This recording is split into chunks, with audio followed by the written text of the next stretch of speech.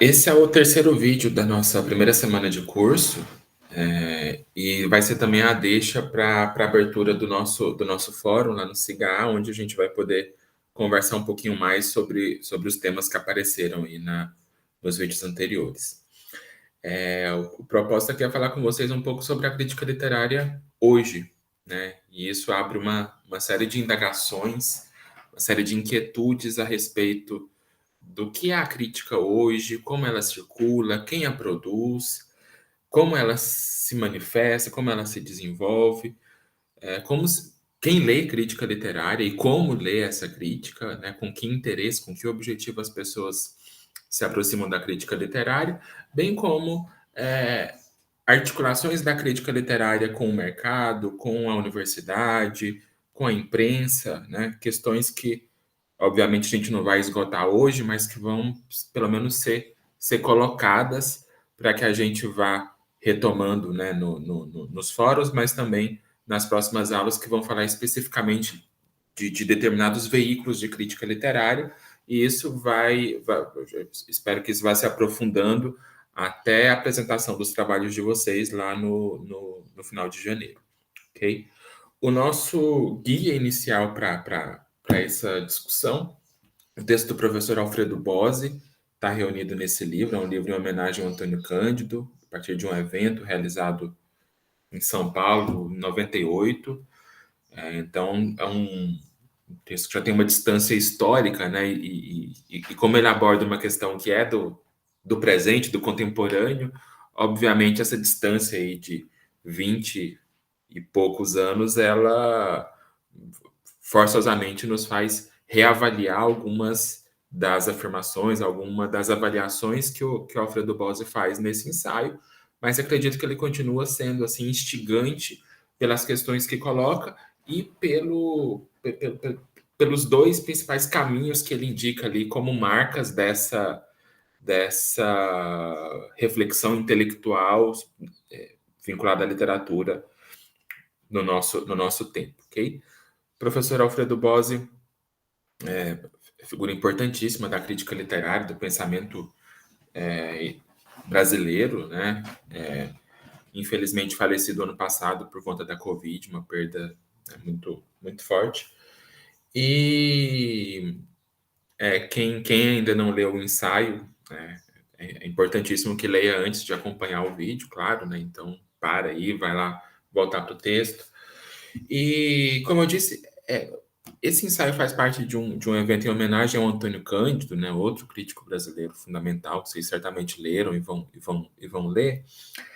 E daí o prólogo, né, tem um momento inicial, né, que o Alfredo Bose no texto se situa nessa dimensão da homenagem ao Cândido, né, falando que o Cândido não gosta daquele elogio fácil, que mais importante do que elogiar é tratar das questões que interessam ao Cândido, né? Tem aquele momento inicial. O texto, obviamente, é feito para uma exposição oral, né? Então tem vários marcadores discursivos ali que são relacionados a essa apresentação pública, né? Um texto direcionado a uma audiência. E a conclusão também retoma essa proposta de homenagear o Cândido, né? Cita o Cândido no final, termina com uma citação um pouco mais longa do autor. Nesse percurso, o ensaio do Alfredo Bose nos coloca uma questão, né? Que já está presente desde o título, né? Que é pensar, estudar a literatura num contexto de extremos, né? O que ele chama de era dos extremos aqui é o empréstimo do historiador, o Eric Robensbaum, tem uma obra muito importante chamada A Era dos Extremos, né, o breve século XX, em que ele considera o século XX do início da Primeira Guerra Mundial, em 1914, até a derrocada da União Soviética, ali em 1991, e vai estudar, né, esse século na perspectiva da história, utilizando uma categoria central que seria essa categoria dos extremos, né? Um século marcado tanto por avanços científicos, né? Aumento da expectativa de vida, enfim. Então, um século marcado por grandes avanços, mas também por grandes retrocessos, por catástrofes de grande ordem, como as guerras, né, as duas grandes guerras, mas várias outras guerras menores, o, o genocídio nazista, né? Então, assim, essa ideia dos extremos aponta para esses dois movimentos, né? Avanço, desenvolvimento, avanço técnico, tecnológico, mas um, um retrocesso moral, ético, né? Bastante acentuado por conta dessa violência monstruosa que vai marcar alguns eventos.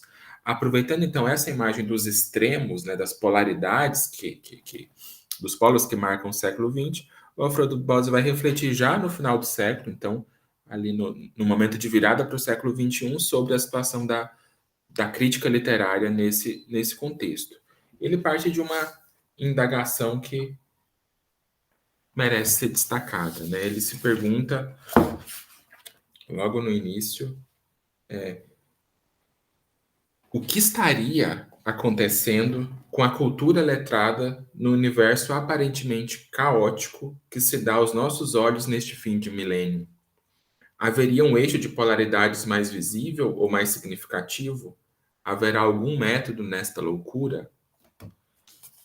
A caracterização da vida cultural no final do século XX para o Bose é marcada por termos que são termos bem pesados, né? Loucura, caos. Então, a postura aqui é uma postura bastante negativa em relação ao estado de coisas que marca o pensamento crítico no final do século XX, né? O que ele sublinha com maior ênfase é a emergência da indústria cultural, de uma sociedade do espetáculo, atomizada, individualizada, uma perda desse debate público mais robusto, da relação do pensamento com a pluralidade, tudo isso subjugado, né, subtraído por um poder muito grande dos grandes conglomerados midiáticos. A década de 90 é esse ponto até aqui culminante dessa indústria cultural, né? Mesmo o poder dela sendo imenso hoje, né? Mas ele pelo menos se ramifica muito, né, com o surgimento da internet e tal. Agora, na década de 90, a década assim, os grandes conglomerados midiáticos ligados ao cinema, à televisão, detêm um poder enorme de determinar realmente, né, hábitos, valores, ideias, né, e obviamente estavam ali muito vinculados a uma ideia específica que é coerente com os ditames do neoliberalismo, né? Então, individualismo muito acentuado, é, um cultivo do entretenimento pelo entretenimento, né? Uma visão mais conformista, desinteresse das questões políticas. A década de 90 é uma década de muita despolitização, há um tédio, né, geral da população em relação à discussão política, algo que o século XX, principalmente depois da crise de 2008, né, vai reverter, né? Então, assim, hoje a gente vive um momento de politização muito forte. A gente vai numa livraria, né, os livros de política estão ali numa posição muito nobre, as questões políticas atravessam muito claramente o nosso cotidiano, né, na universidade, fora dela, né? Costumo brincar hoje, até para dar bom dia, a gente tem que tomar decisões políticas, né? Assim, quando a gente vai em algum evento ou numa aula, né? Quando a gente vai dizer bom dia a todos, ou bom dia a todas, ou todos e todas, ou todas e todos, ou todes, né? A gente já tem que tomar uma escolha ali, que é uma escolha política, né? Então, hoje em dia, né, a gente observa muito claramente uma politização muito forte, e que vai ter efeitos também negativos, severos, né? Assim, polarização política, ódio político, né? Assim, desde os âmbitos familiares até o espaço público está muito marcado por essas disputas políticas muito evidentes. Década de 90 está escamoteada e parece haver ali quase com uma espécie de consenso artificial em torno desses ditames neoliberais, uma espécie de indiferença geral em relação a ele. Todo mundo querendo ganhar vida, ganhar dinheiro, investir e trabalhar, e sem consumir, né? A era do consumo mais exacerbado, enfim. Então, ao mesmo tempo em que esse modus operandi desse período continua ativo, inclusive essa nossa politização hoje, em grande medida, ela é falha, né? Ela traz marcas negativas porque ela não vai conseguir superar aquilo que está dado lá nesse momento que o Alfredo Bose está falando. Então, hoje, a gente está muito politizado, mas ainda é uma politização muito marcada pelo individualismo, né? Muito segmentada, muito performática, no sentido de que ela precisa, né, causar, né? Então ela traz muito dessa sociedade do espetáculo. Enfim. Então, há um movimento de politização, mas que não vai conseguir superar. Isso é um debate bem interessante aí do nosso tempo. O texto do Bose, contudo, está ali situado nos anos 90. O que ele trata é o que está ali acentuado, que é esse contexto de, como eu disse, individualismo muito exacerbado, ênfase no consumo, e sobre o qual ele se opõe radicalmente, né? Então, a perspectiva aqui é de criticar essa sociedade estandartizada, né, no qual apenas aquilo que emerge pelo meio da publicidade é que ganha vida, que desperta interesse de uma parte significativa da população, e procurar formas de responder, de reagir a esse estado de coisas. Okay? Então, para enquadrar esse movimento dessa sociedade dos extremos, ele vai identificar duas tendências culturais muito fortes que estão presentes ali na produção literária e na crítica do período, e vai contrapor, vai desnudar, né, vai tentar compreender esses dois polos, esses dois extremos, para, a partir da identificação mais adequada deles, formular um conhecimento crítico que seja de resistência, uma resistência ativa. Né? O crítico se coloca, de certa maneira, tentando olhar de fora da sociedade para criticá-la mais intensamente. Né? Então, a crítica do Bose busca espaço de autonomia em relação a essa sociedade do espetáculo que ele critica. É importante também demarcar com bastante clareza esse movimento, porque nós vamos ler nas próximas semanas um texto do Silviano Santiago, que vai procurar uma outra estratégia. Né? Se o Bose é de se distanciar dessa sociedade para criticá-la melhor e para resistir a esses abusos, a esses equívocos, o Silviano Santiago vai procurar uma posição que é mais conciliatória, né? Para o Silviano Santiago, no texto que a gente vai ler, a crítica precisa se aproximar desse objeto que ela critica, ela precisa participar dessa sociedade mais intensamente para poder transformá-la. Okay? Então, a gente volta a esse debate posteriormente. E quais seriam esses dois polos que o Bose está tratando aqui no texto? Um ele vai denominar como hipermimetismo e o outro como hipermediação. Para ele, a literatura desse período ela estaria diante desse dilema, né, de que para ser lida, para ganhar visibilidade, ela precisaria avançar em relação a um desses polos. No caso do hipermimetismo, seria de uma relação muito visceral, muito radical com um determinado padrão de realidade. Né? Seja a vida do crime, da violência crua, da miséria, né, da pobreza, ela precisaria ser documental.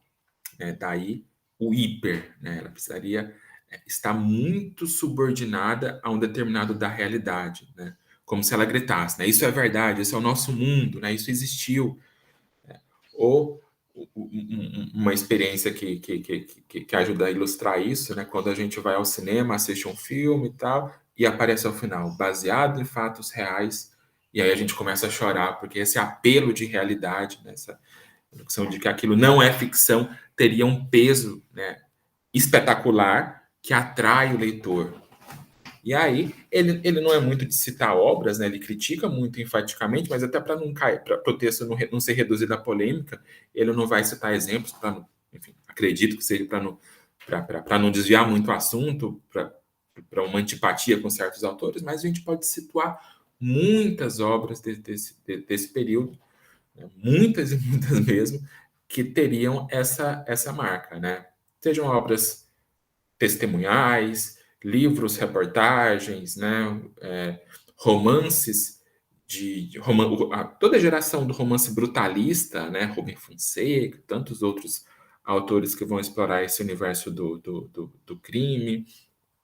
Drauzio Varela vai fazer muito sucesso com Estação Carandiru, enfim, uma proliferação de obras que tem nessa relação documental e nesse vínculo muito direto, muito tácito com um determinado evento ou com uma determinada experiência que nós reputamos como reais, como imediatamente, como nossas, como do nosso tempo presente, elas vão ter um apelo muito forte. Então ele vai chamar atenção para isso. No outro polo estaria o que ele vai chamar de hipermediação, que seria, por outro lado, né, e ao contrário do hipermimetismo, obras que abandonam essa matéria histórico-social mais imediata e que vão criar mediações formais, estéticas, intelectuais tão intensas, tão grandes, que vão apartar a obra de qualquer diálogo mais rigoroso com a nossa experiência de realidade, né? Ele foca principalmente naquelas obras marcadas por uma intertextualidade muito abundante, muito exibicionista, né? Textos feitos para outros autores, para outros intelectuais lerem, né? Já que ela aciona um grande jogo de citações, de relações feita para iniciados, né? Para quem conhece a literatura, lê, se sentir inteligente, aquela coisa mais frívola da intertextualidade, uma intertextualidade fraca, né? Porque ela não enfrenta o texto que ela cita, ela parece de maneira meio contemplatória e meio snob fazer esse jogo de citações. A quantidade de romances que surge também, né, nas últimas décadas com aquele perfil, né? Um escritor de meia idade, decadente, tentando escrever um romance, vivendo ali um caso extraconjugal, e o romance que nós lemos é o romance que ele escreveu, então faz esse jogo de narrativa dentro da narrativa e tal. É uma grandeza, assim, muita coisa com esse mesmo cacuete, né? A gente pode chamar de uma tendência pós-modernista, né? Aquela coisa da autoficção e tal, que o Bose também critica como algo egocêntrico, como algo que se desloca de uma crítica necessária, uma crítica social necessária ao texto literário. Não é claramente o que ele trata no texto, mas a gente poderia ampliar isso para as narrativas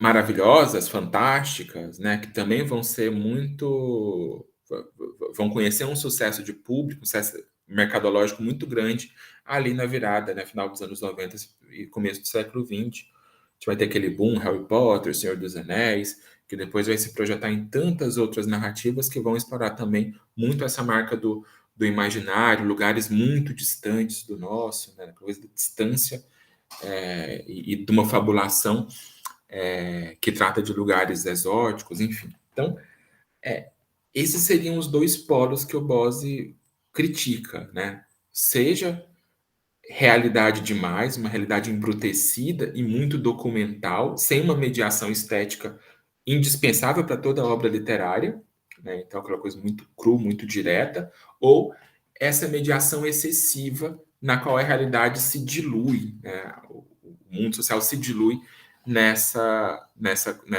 construção literária que acaba se tornando, a gente pode dizer, alienada e alienante, né? Muito ligada ao entretenimento fácil e tal.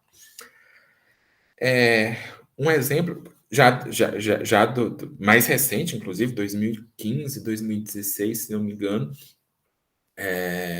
aconteceu no mesmo ano entrar em domínio público O Pequeno Príncipe, né, do Saint-Exupéry, e O Diário de Anne Frank, duas obras aí muito populares. E, enfim, como entrou em domínio público, todas as editoras podem lançar traduções, edições das obras, e isso foi feito, né? Eu lembro que eu fui numa livraria mais ou menos nessa época e era impressionante, assim, quase toda a livraria era ou Anne Frank ou O Pequeno Príncipe, né? Muitas edições das duas obras ali disputando espaço em quadrinhos, tradução de gente importante, com a Larissa Manoela na capa por causa do filme, com, enfim, coisas de todo tipo. das duas obras. E, né, assim, logo me vem à mente esse texto do Bose, né, porque retrata muito bem esses dois polos. Ou o Diário de Anne Frank, realidade, aconteceu de fato, né, o documento bruto da história ali, ou o Pequeno Príncipe, e aqui eu não estou criticando nenhuma das obras, acho que as duas são obras muito interessantes que precisam ser lidas, inclusive, né, não tem nada contra o Pequeno Príncipe e o Diário de Anne Frank, ao contrário. Mas, assim, o excesso e essa apropriação mercadológica que as editoras fazem das obras para maximizar o lucro, para criar uma imagem que é uma imagem publicitária mesmo desses livros é muito forte. E como esse apelo vai ser muito eficaz para o público vai ter interesse, né, ou por essa questão do real mais direto, ou dessa coisa que parece distante, parece uma fabulação assim, que não dialoga com a nossa realidade histórica momentânea, que traz uma questão mais filosófica da infância, do imaginário. Okay? Então, acho que Anne Frank e o Pequeno Príncipe ilustram muito bem essa crítica que o Bose está propondo aqui, né? E qual é, então, criticamente, a proposta, o apelo que o Bose faz, né? Resistir. Resistir é preciso, precisamos, e a crítica precisaria reforçar esse compromisso da literatura com o rigor, com uma construção que não abre mão de sua condição enquanto produção artística, ou seja, que não se entrega facilmente ao documento bruto do real, mas que, pela mediação, consegue e mantém uma forma extremamente poderosa de pensar sobre o nosso tempo histórico. Né? Não abre mão desse caráter reflexivo e crítico da produção literária. Isso vale para a produção literária, valeria também para a crítica, que precisaria estar atenta e resistir, participar ativamente desse movimento de questionamento dessa sociedade, né, que reduz tudo à mercadoria, que amplifica essa dimensão individualista exacerbada. Okay? Então, o apelo do Bose vai ser mais ou menos nesse sentido. E isso traz para a gente, e é esse o gancho que a gente vai tentar explorar, traz um ponto sobre a crítica hoje, né? A crítica atual, assim. Em que ponto está a crítica literária? E aí, aqui o olhar também é muito passional, né? Se a gente pode, de maneira mais apressada, ou dizer que é caótico, a crítica acabou, ninguém mais lê crítica, isso não existe mais. Foi-se aquele tempo áureo, na década de 50, em que tínhamos críticos de qualidade que publicavam no jornal, o jornal dava espaço, dava atenção para a crítica, e as pessoas liam com avidez, e a palavra da crítica era levada em conta na hora de procurar um livro para ser lido. A crítica gerava polêmica, então as pessoas comentavam, contra-argumentavam em relação àqueles textos. Isso tudo acabou. Hoje ninguém mais quer saber de crítica, todo mundo só quer pensar ali no seu próprio mundinho, escolhe o que a propaganda diz, a capa mais bonita, etc. E, enfim, a burrice tomou conta de tudo e a crítica literária é algo em extinção. Essa é uma visão nostálgica, né, melancólica, a qual se contrapõe a outra leitura que é mais entusiasmada. Né? Então, assim, olha, aquele cenário da década de 50 que parece tão interessante, ele era, na verdade, muito restrito. Existia uma crítica forte nos jornais, mas nos jornais de São Paulo, Rio de Janeiro, talvez Porto Alegre, Salvador, Recife, né? Mas era muito concentrada geograficamente. Grupos também muito pequenos, né? Que se protegiam, então aquela coisa da panelinha ali, da igrejinha que ditava os rumos da crítica brasileira. E hoje haveria, então, um movimento que é interessante de descentramento da crítica. Então, em todos os estados se produz crítica literária hoje, já não mais no jornal. O jornal não é o veículo fundamental da crítica, onde ela se estrutura, mas ela se dá na universidade. Então, quantos TCCs, quantos artigos, mestrados, doutorados, né, são aí publicados anualmente em universidades, inclusive, que estão situadas no interior de estados. Então, lá, assim, no interior do Pará, tem gente pensando a literatura, fazendo dissertação, escrevendo tese sobre a literatura, E isso é importantíssimo, né? Essa expansão do ensino superior brasileiro, que começa nos anos 80, mas que vai ter um momento ali muito forte a partir de 2007, 2008, né? Assim, uma expansão muito, muito rápida e de interiorização da vida acadêmica, né? Isso vai repercutir também nos estudos sobre a literatura, que vão crescer muito dentro da universidade, e também com a internet. Então, hoje, quantos YouTubers, né, aquela coisa, você não precisa mudar para São Paulo, brigar para entrar no jornal para poder ser lido como crítico. Você publica no YouTube, faz um canal, ou publica um blog, e isso, sem dúvida nenhuma, né, traz assim, um universo de possibilidades, né, e uma quantidade incomensurável de textos críticos que circulam hoje. Então, a gente pode, assim, aceitando a crítica do Boss, também olhar para isso de maneira polarizada, né? Ou de maneira muito negativa ou de maneira muito positiva, e aí a gente caminha ali para procurar um olhar mais equilibrado, né? De reconhecer esse movimento como importante, mas de reconhecer também os desafios que traz hoje, né? Essa quantidade de crítica que é produzida, ela é interessante porque ela, em certa medida, democratiza o exercício crítico, né? Mas, ao mesmo tempo, a gente tem uma outra dificuldade que é reconhecer o que vale a pena, né? Chegar até uma crítica de maior qualidade, já que é tudo muito difuso, né? A gente tem uma nuvem grande, não tem mais aqueles filtros que as instituições davam anteriormente, né? Seja no jornal, né, que havia disputas muito fortes para ver quem ia ser o crítico principal e passava por seleções, enfim. Então, quem chegava no jornal provavelmente teria uma qualidade ali para estar ali, os jornais de maior circulação, inclusive dentro da universidade. Eram poucas universidades, um grande contingente de excesso, então se selecionava com muito mais rigor, com muito mais exigência, de maneira muito mais afunilada. Hoje, mais gente produzindo, é óbvio que é mais difícil chegar e identificar e mesmo atribuir qualidade a esse processo, pensar no que é uma crítica de qualidade, né? Então, o movimento que a gente vive é esse. E, e o que a gente fala de crise da crítica, né? A crítica está em crise, passa, a meu ver, não tanto por essa ideia de que se faz menos crítica hoje, e mesmo de que a crítica que se faz hoje é menos lida, né? Acredito que não, mas passa muito por uma ideia de como essa instância do pensamento crítico é visto pelo conjunto da sociedade, né?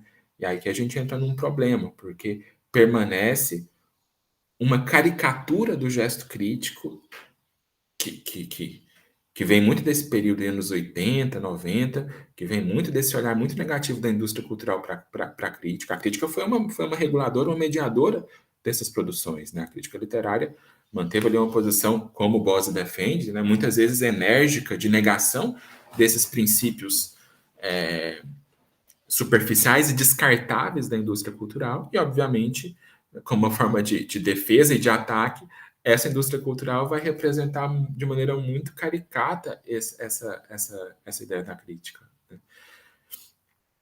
Quando aparece um leitor, né, a figura do leitor, por exemplo, em novelas, em filmes de blackbusters, né, ela é sempre muito negativa, né? O leitor, se a gente for tomar como parâmetro essas representações midiáticas, o leitor é alguém geralmente com óculos grande, né? Com uma aparência que não é a mais enaltecida, né? Antissocial, snob, muitas vezes. Esse seria o paradigma do leitor nessa chave, e isso vai se difundir muito, vai gerar uma, uma má vontade, uma reação com a crítica que vai ser reduzida a uma caricatura, né? Não que a crítica não seja também, ou algumas críticas, alguns críticos não tenham marcas de snobismo, de arrogância, claro que tem a crítica muito vasta, mas quando todo ato crítico é reduzido a essa imagem negativa, a gente tem um problema muito grande, e o que me parece mais agudo e mais perigoso, inclusive atualmente, é esse desinteresse na discussão crítica. Daí a necessidade de nós, assim, como acadêmicos, né, como pessoas que estão estudando a crítica, e que uma das saídas profissionais de vocês é a crítica, seja profissional, seja a partir do trabalho como professor ou como pesquisador, né, é reconhecer e identificar a importância da crítica literária, ainda mais nesse contexto de muita disputa, de muita tribulação que nós vivemos. Né? O pressuposto básico da crítica é a abertura para a diferença. Né? A crítica, ela é, em suma, que ela tem de mais elementar, uma forma de explicar, compartilhar uma visão sobre determinado objeto.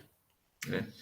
Uma visão pessoal, um gosto a gente poderia reduzir em última instância, mas que, ao se tornar crítica, este gosto ele vai ser formulado em linguagem compartilhável, ele vai ser explicado, vai ser verbalizado, vai ser racionalizado, né? Então, o gosto é o principal inimigo da crítica. As coisas, eu gosto e gosto, pronto, acabou. Isso mata a crítica, né? Ou eu gosto e ninguém tem nada a ver com isso, isso é a negação extrema da crítica. Agora, quando esse gosto explicado, né, nós tentamos compartilhar, nós tentamos entender o porquê nós gostamos de um objeto ou porquê nós não gostamos e elaboramos, seja oralmente, seja em texto, seja utilizando metodologias científicas ou não, ou numa linguagem mais fluida, mais coloquial, enfim, mas quando isso é elaborado, nós estamos no domínio da crítica. Isso é elaborado para que outras pessoas leiam, claro, e que outras pessoas concordem ou discordem, contra-argumentem, e a base daqui é a generosidade, né? Então, eu critico uma obra e eu compartilho isso com outras pessoas, partindo da ideia de que essa visão pode ajudar outras pessoas a entenderem aquele objeto, mas que ao lerem outras pessoas poderão contrapor argumentos e eu vou poder também crescer o meu olhar a partir da visão de outra pessoa, ainda que eu não concorde com ela. Isso é um exercício básico da vida democrática, né? A gente pensa na crítica literária, mas quando a gente se indispõe a debater literatura, ainda mais como leitores, né, como leitores assíduos, a gente se indispõe a debater, é um sinal de que a gente não vai debater outras coisas, né? Que também são muito importantes, que estão relacionadas à nossa vida coletiva. Okay? E que imagens são essas? Eu vou compartilhar com vocês um exercício interessante. Eu peguei para mostrar para vocês do cinema. São comentários a partir de uma crítica, de uma resenha de um filme, um blockbuster, né? Importante, o Batman versus Superman, um pouquinho antigo já. Eu peguei a resenha e trouxe para vocês os comentários. Então, o que interessa aqui não é nem tanto a resenha em si. A resenha se chama O Cúmulo do Lixo. Batman versus Superman é muito pior do que eu imaginava, né? Alexandre Matias está lá no portal do UOL. Não vou comentar, não vou nem ler, nem mostrar para vocês a resenha, só o título. Mas tem coisa aqui para a gente pensar aqui, né?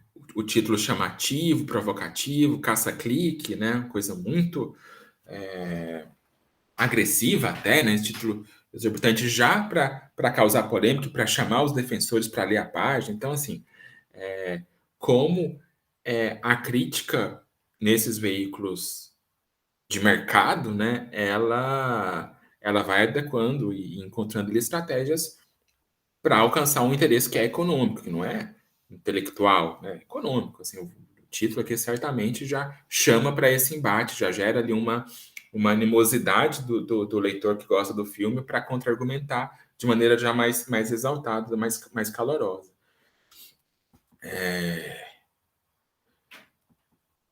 E nos comentários, para mim, fica muito claro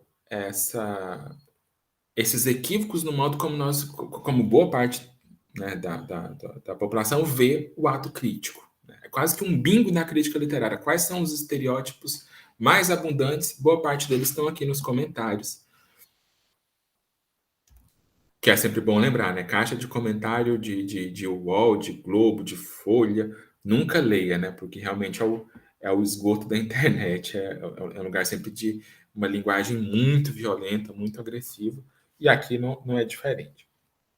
O primeiro comentário aqui, né? O que me interessa dele, né? Não sei qual a sua formação acadêmica que o credenciou ou a má fé.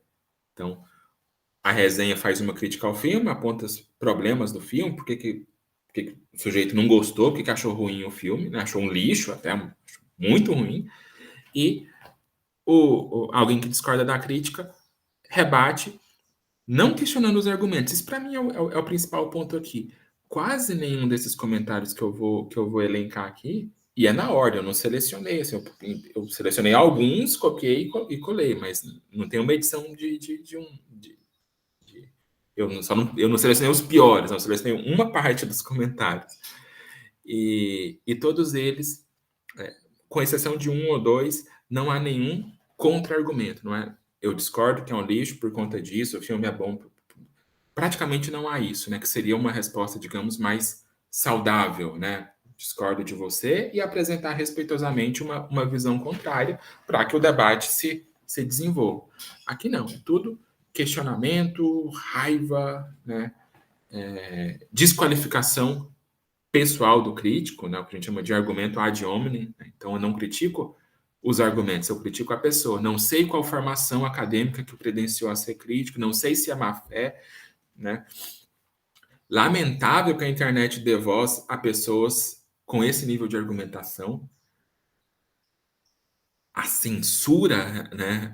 Assim, o ato crítico gera muito esse desejo de censura. Quando a gente discorda da crítica, ao invés de rebater, você não devia estar falando, denunciar para o chefe, eu vou fazer abaixo-assinado para tirar o crítico do jornal porque eu não concordo com o argumento dele. Então, esse censor latente aqui nos comentaristas é muito claro, né? Que pena que a internet dê voz a pessoas. Você devia ser silenciado, porque eu não concordo com você, porque você não tem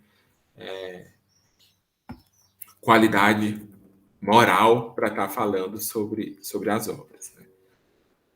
Outro que é muito importante, né? Muito recorrente, outro estereótipo em torno da crítica. Quem é você para dizer o que eu devo ou não assistir? Penso, isso aqui é um primor. Penso que deve se limitar ao papel de crítico sem manifestar opiniões pessoais. Essa é a diferença se você não sabe.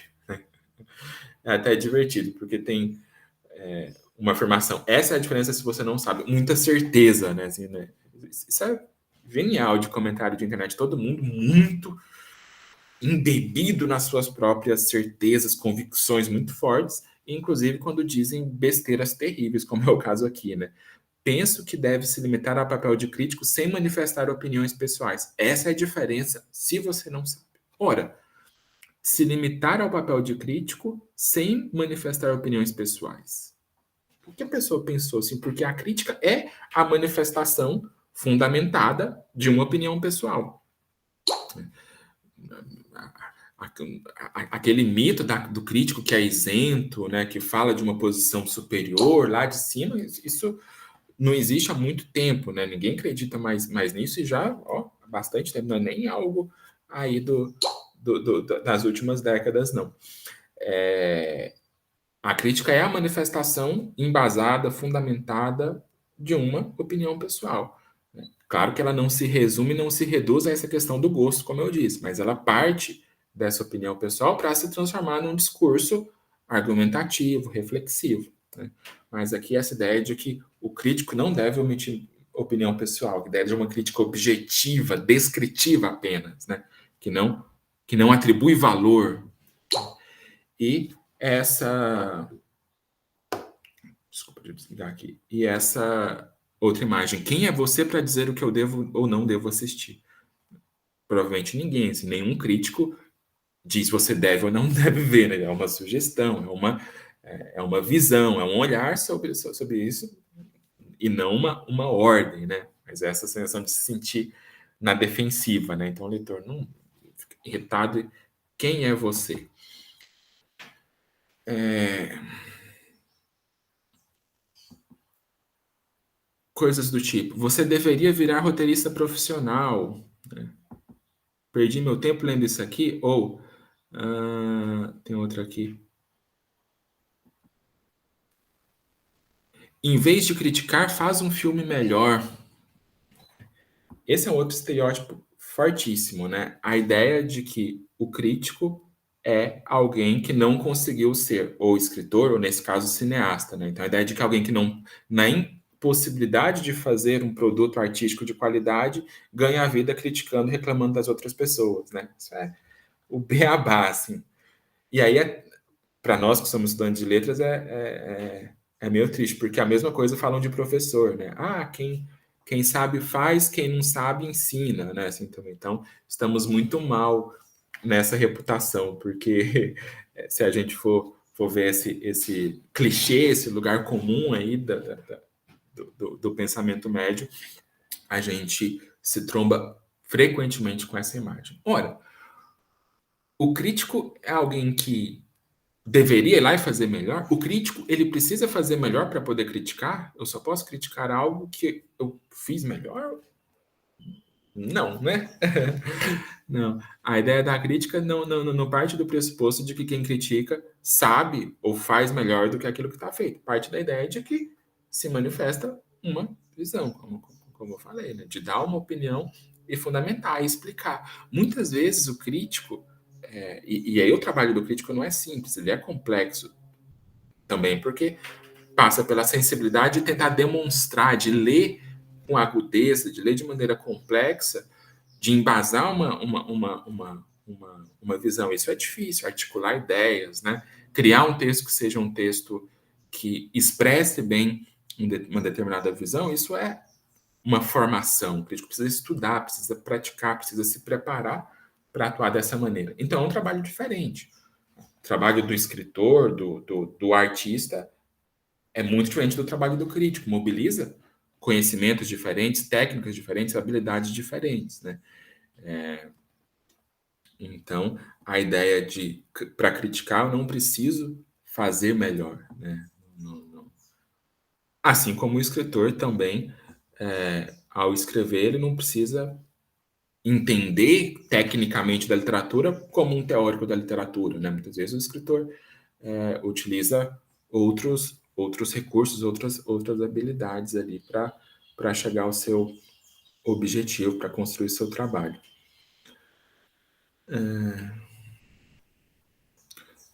A mesma coisa, crítico de cinema é profissão ingrata, pois é alguém que não faz filmes. Por que será, né? E tem que falar mal da produção dos outros, né? Outra forma de desqualificar a crítica, comparando, né, uma comparação inoportuna com um artista. E quem é esse idiota que diz o que eu devo fazer? Voltamos para aquela coisa, a ideia de alguém que interpreta a crítica como um juízo imperativo e não como uma visão singular sobre um determinado aspecto. Respeito sua opinião, mas você está sendo, no mínimo, irresponsável pela maneira que esculacha o filme. Então, aqui tem uma convocado crítico, uma espécie de condescendência. Ah, não fala mal. Isso, nossa, para quem trabalha com literatura contemporânea, é recorrente, né? Assim, quando algum crítico apresenta uma crítica negativa em relação a um escritor contemporâneo, sempre vem aquela, poxa, mas o cara tentou, o cara se esforçou, está escrevendo aí, é tão difícil escrever literatura nesse país, né? O cara se esforçou, para que fazer isso? Para que falar mal? Né? Essa ideia de que a crítica negativa ela seria um ataque pessoal ao artista, ou à própria arte, muitas vezes, né? E de que a crítica deveria ser mais solidária, mais afetiva, reconhecendo os méritos ao invés de apontar problemas, né? Então,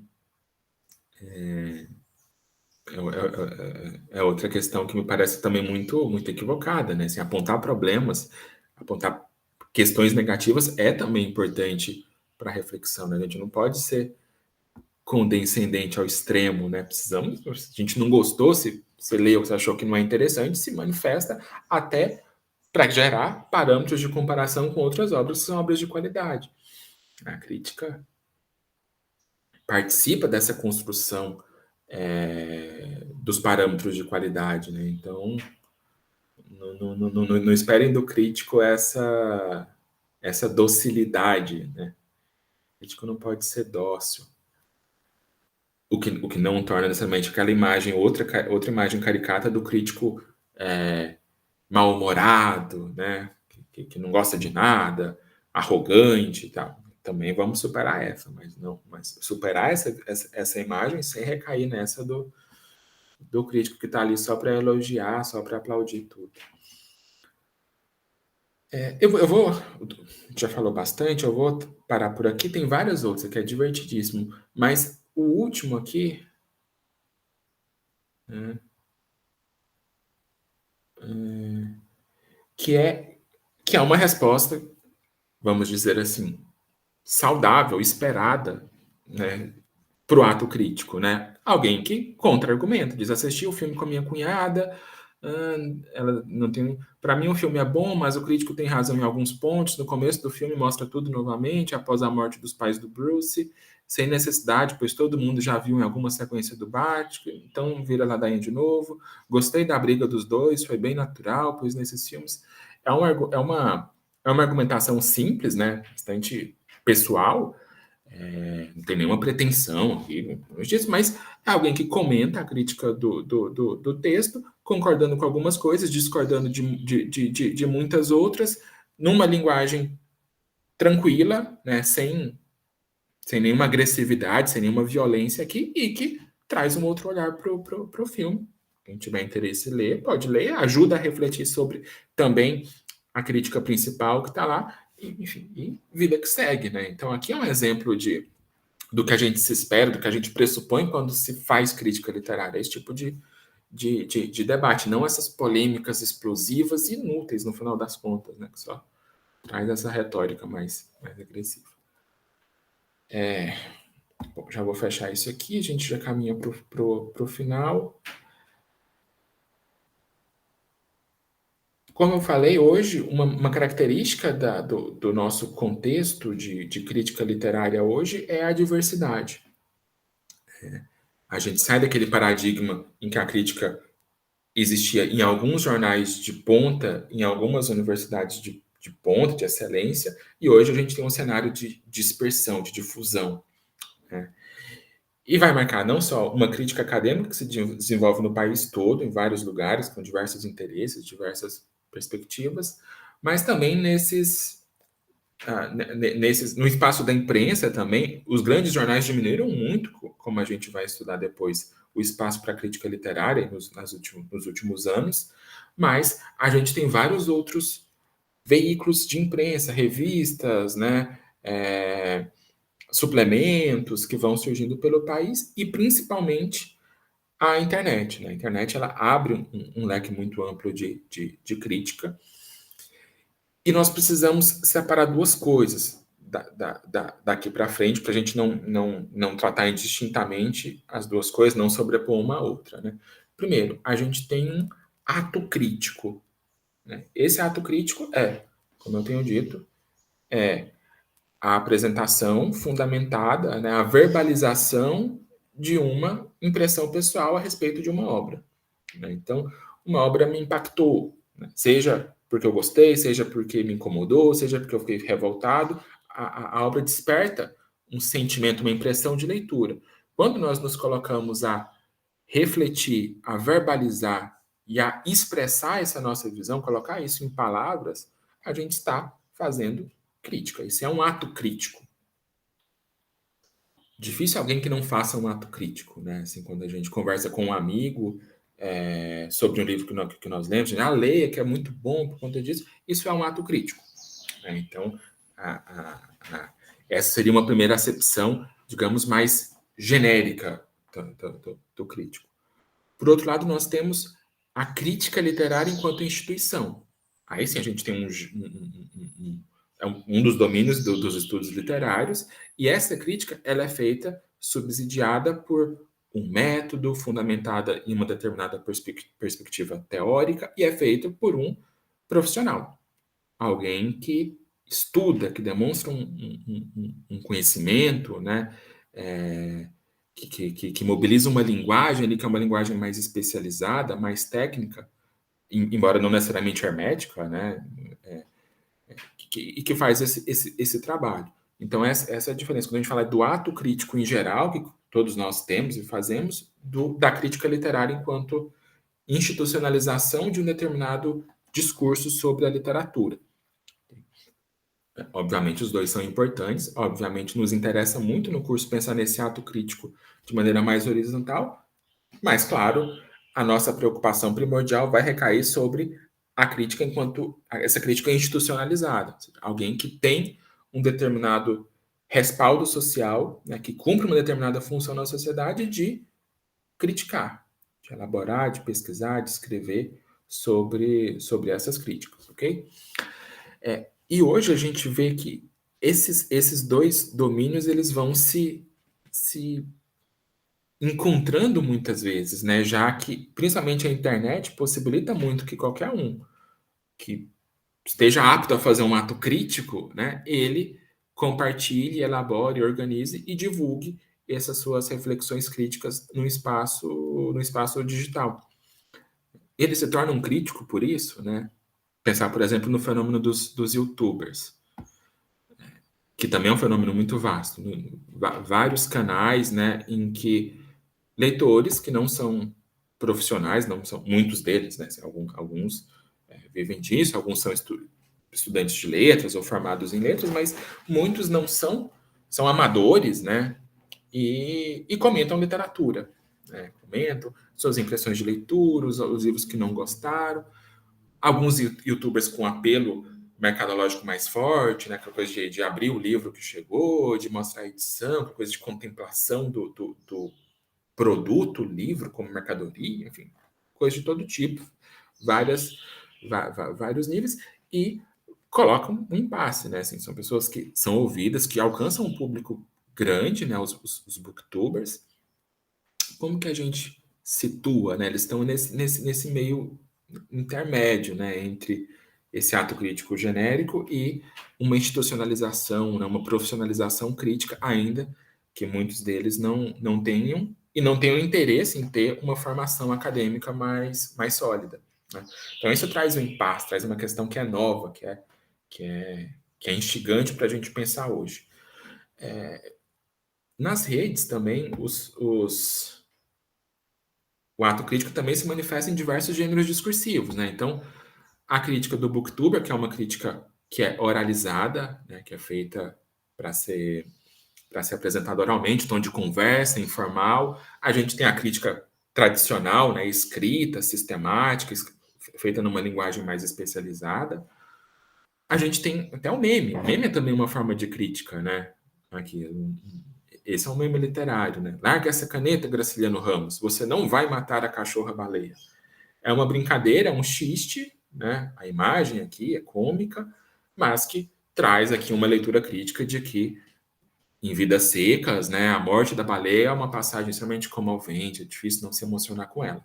Então, assim, a gente tem um ato crítico que se manifesta aqui através de um outro gênero discursivo, que é o meme. E a circulação desses diversos discursos críticos, né, ela é muito grande na internet, né? E ela ajuda a literatura a circular mais, ela banaliza a literatura, ela vulgariza a literatura, né? É, ou não, ou ela forma novos leitores, quebra um pouco daquela aura meio empolada em torno da literatura que afasta tanta gente. Enfim, isso são uma série de questões que a gente precisa e que vamos tentar refletir ao longo do curso e para além dele, né? Como professores de literatura, a gente tem que estar sempre bem atento e pensar com muito interesse nesses fenômenos aí, que são fenômenos contemporâneos, né?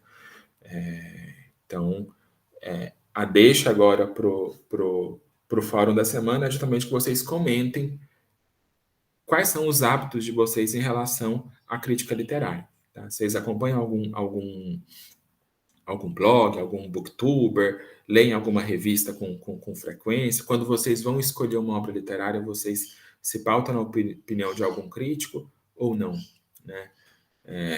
Enfim, então, A gente encerra por aqui essas exposições da semana. Abrimos para o debate lá no fórum e nos encontramos semana que vem, aula síncrona, para fazer a discussão do Peru de Natal, o conto do Mário de Andrade, já está disponível para vocês lerem. Ok? Obrigado, boa semana.